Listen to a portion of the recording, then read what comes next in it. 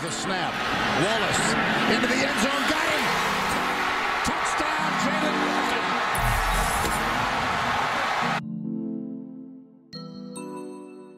Mellow Beats, what you think? What is up, guys? In today's video, we'll be talking about former Ole Miss star quarterback Bo Wallace and what he's been doing since. If you are new to the channel, be sure to subscribe. I do a ton of college football content and college basketball content, so you won't want to miss out on anything else. I'm also trying to reach 1.7k subscribers by the end of April, and if you guys could take a moment to subscribe, it would mean a lot to me. As usual, be sure to leave a suggestion down in the comment section below, and give this video a like if you enjoyed it. Now let's get started with what happened to Bo Wallace. Bo Wallace was born June 23, 1992, in the small town of Pulaski, Tennessee. He excelled both on the football field and on the basketball court. He grew up a fan of the Tennessee Volunteers, and he went to school there when he got old enough.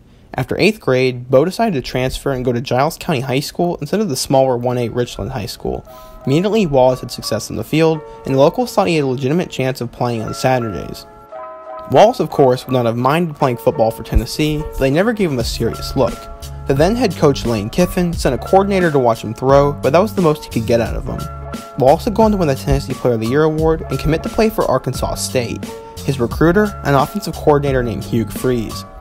After redshirting his first year at Arkansas State, Bo decided his best move going forward would be to transfer to East Mississippi Junior College. In case you guys didn't know, EMJC is the school the popular reality TV show Last Chance U is based on, and is a school known to produce high-major junior college talent. After starting for them and becoming the NJCAA Player of the Year, Bo started to gain serious recruiting momentum. After receiving offers from schools such as Mississippi State, Baylor, Texas, Ole Miss, and Indiana, Bo had his eyes on playing for a former coach he loved and trusted. After spending a year at the head coach at Arkansas State, Ole Miss hired Hugh Freeze to become their next head coach. Freeze offered Wallace a spot on the team, and Bo ultimately became a Rebel. According to 24/7 Sports, Bo was a 3-star recruit, the #1 junior college quarterback, and number 36 overall JUCO prospect. Going into the 2012 season, Wallace competed with junior Barrett Brunetti to try and become the starting quarterback. Wallace would win the job and start for the Rebels against Central Arkansas. They'd win the game, and both Wallace and Coach Freeze would start their careers off strong. In his first 5 games, Bo only broke 200 yards once and struggled to play well against better competition. After beating the teams they should beat and losing to both Alabama and Texas, Ole Miss was 3-2, and they needed some sort of spark for SEC play. The spark would come in form of Bo himself. In their next game against Texas A&M, he'd throw for 305 yards, and they almost won the game. Despite the loss, Wallace would go on a tear for the rest of the season. He would throw for over 200 yards in 5 of his last 6 regular season games, including a 403-yard performance against Vanderbilt. In those last 6 games, Ole Miss would beat Auburn, Arkansas, and Mississippi State and route to a 6-6 record and their first bowl game appearance since 2009. Rebels would go on to beat Pittsburgh in the BBVA Compass Bowl, and both Bo and Coach Freeze were off to a hot start once again.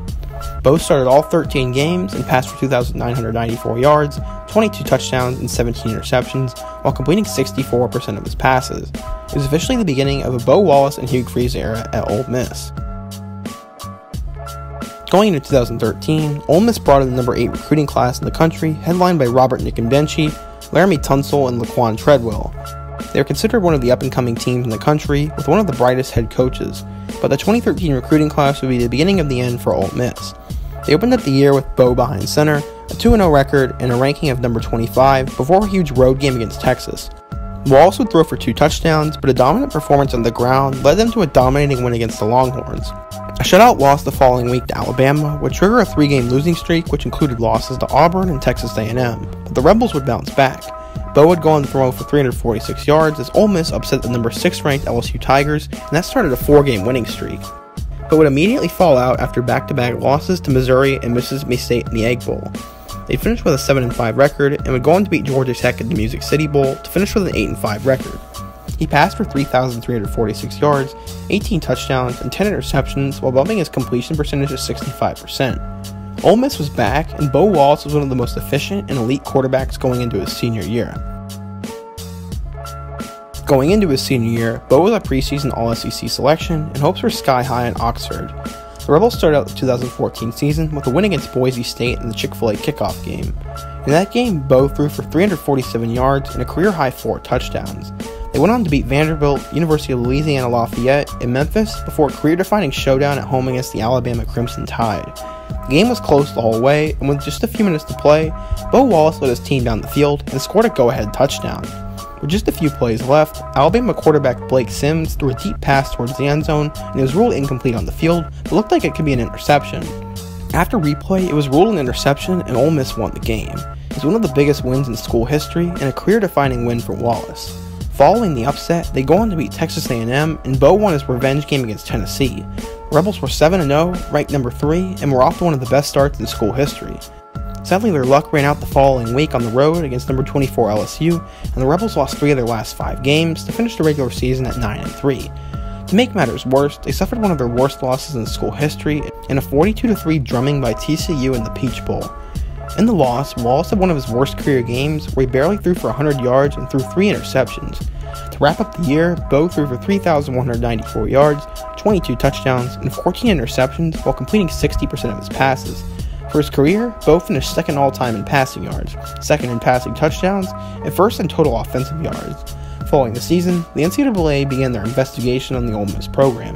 Hugh Freeze committed multiple recruiting violations during his time at Ole Miss, and he was eventually fired for it. The Bo Wallace-Hugh Freeze era was over just as quickly as it started. Bo joined a really weak 2015 NFL quarterback class, which included Marcus Mariota, Jameis Winston, Garrett Grayson, Bryce Petty, and Brett Hundley. Despite having the size and stats to be an NFL quarterback, Bo wasn't one of the 7 quarterbacks taken in the 2015 draft. After getting an offer to participate in the Kansas City Chiefs training camp, he was not signed by the team. Despite becoming a dominant SEC quarterback, Bo never made a cent playing professional football. After he turned down multiple CFL offers, Bo moved on from his playing days and went back home to Tennessee to become the quarterback's coach for his Marshall County High School. The opportunity to coach his brother and help him develop was the biggest factor in his decision. Bo's work would pay off for him, as his brother Bryce ended up getting and accepting an offer to play at Faulkner University. After his time there, Bo went back to his first real football home in Mississippi. Bo went back to be part of Last Chance U, except this time he was a coach. He became the quarterback's coach for EMCC, and everything had gone smoothly except for the fact he was arrested for a DUI last summer. Overall, the journey Bo Wallace has taken to get to this point in his life is pretty inspirational. He had to work hard and take the football road less traveled to be successful, but it was definitely worth it for him. Statistically, he is arguably the best quarterback in Ole Miss history, but most probably wouldn't go that far.